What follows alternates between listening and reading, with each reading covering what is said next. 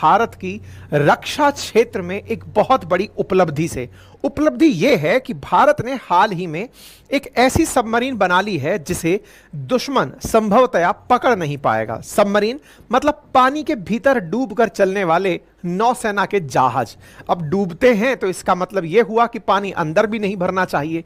इसका मतलब ये कवर होकर के चलने वाले युद्धपोत हैं तो समुद्री जहाज ही, लेकिन ऐसे हैं जो सतह पर नहीं, सतह के भीतर चलने के लिए जाने जाते हैं। नाम है इसका INS अरिघात, जो कि मेक इन इंडिया के तहत बनाया गया है भारत में। और ये वो सबमरीन है जिसकी वजह से भारत उन शक्ति संपन्न राष्ट्रों में शामिल हो जाएगा जो दुनिया के 5 सबसे ताकतवर राष्ट्र हैं, जो कि अपने सबमरीन्स को गुप्त रूप से दुनिया में इधर से उधर ले जाने के लिए जाने जाते हैं। क्या यह भारत का पहला प्रयास है? जी नहीं, इससे पहले भी हमने आज से 8 साल पहले INS अरिहंत बिल्कुल इसी कैटेगरी के अंदर, या ये कहिए कि अरिघंत कैटेगरी के अंदर की सबमरीन है जो हम लोगों ने हाल ही में लॉन्च की है, या कहिए तो सेना के सामने, सेना को सुपुर्द की है। यह रहा INS अरिघात पानी में चलता हुआ, कुछ ही देर के अंदर यह पानी के भीतर छुप जाएगा।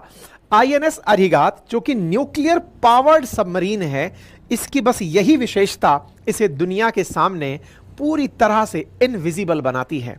क्या है ये पूरी जानकारी, डिटेल में समझने का प्रयास करते हैं। बस सुर्खियों पर नजर डाल लेते हैं कि इंडिया ने अपनी दूसरी न्यूक्लियर सबमरीन पाली है। दैट मींस ऑलरेडी हम लोगों के पास ऐसी एक सबमरीन है, यानी एक ऐसी सबमरीन जिसे दुश्मन पता नहीं लगा सकते। बड़ा सवाल है कि दुश्मन पता लगाते कैसे हैं।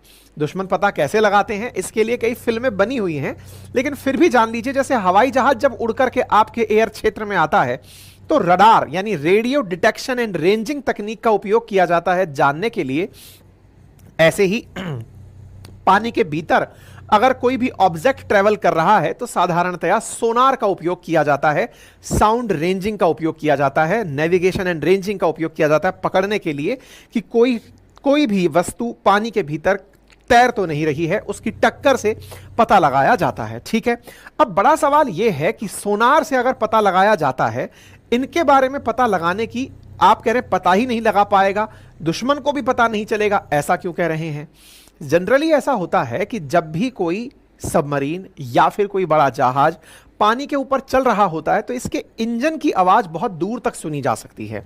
पानी के अंदर चल रहा कोई भी अगर मशीन अगर ट्रेवल कर रही है तो उसके चलने में एक मोटर का उपयोग हो रहा है, क्योंकि पानी में वो बहकर चल रही है। और जब वो बहकर चल रही है तो उसके अंदर की इंजन जो है उसकी आवाज को आप बहुत दूर तक ऑब्जर्व कर रहे हैं, तो दुश्मन सचेत हो जाता है कि पानी के अंदर छुप के कोई आ रहा है। स्वाभाविक सी बात है कि सबमरीन बनाई ही इसलिए जाती हैं ताकि दुश्मन को बिना बताए उसके क्षेत्र में घुसा जा सके, अदरवाइज तो पानी के ऊपर ही लेकर चले जाओ। भाई सबमरीन का सीधा सा उपयोग क्या है कि दुश्मन को ना पता चले कि आप उसके क्षेत्र में हैं। अगर पता ही चल जाए फिर तो पानी के जहाज में बैठ के ऊपर से ही जाओ।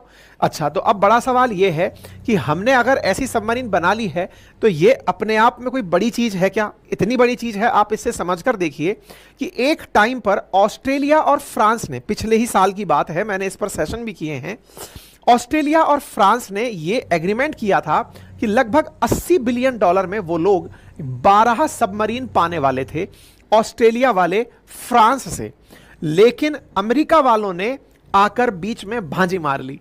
अमेरिका और यूके वाले ऑस्ट्रेलिया के पास गए और कहने लगे कि आपको फ्रांस वाले तो डीजल इलेक्ट्रिक सबमरीन देंगे, हम आपको न्यूक्लियर कैपेबल सबमरीन देंगे, आइए आप हमसे न्यूक्लियर सबमरीन ले लीजिए, न्यूक्लियर पावर्ड सबमरीन ले लीजिए।